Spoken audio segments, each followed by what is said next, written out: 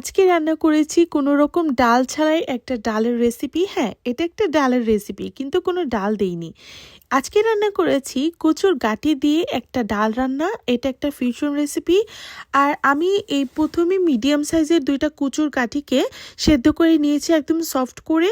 তো তারপরে আমি ম্যাশ করে রেখেছিলাম। হ্যাঁ, তো তারপরে আমি বেসিক যে মশলাগুলো থাকে পেঁয়াজ, কাঁচামরিচ, দেন হলুদ, মরিচ, ধনিয়া, একটু আদা রসুন, আস্ত কাঁচা রসুন দিয়ে আমি মশলাটাকে কষিয়ে নিয়েছিলাম। তারপর ম্যাশ করে রাখা যে কচু গাঁটিটা আছে সেটা দিয়ে একটু মশলার সাথে ভেজে নিয়েছিলাম। তারপরে পরিমাণ মতো পানি দিয়ে 30-35 মিনিটের মতো ঠিক হয়ে আসা পর্যন্ত রান্না করে নিয়েছি।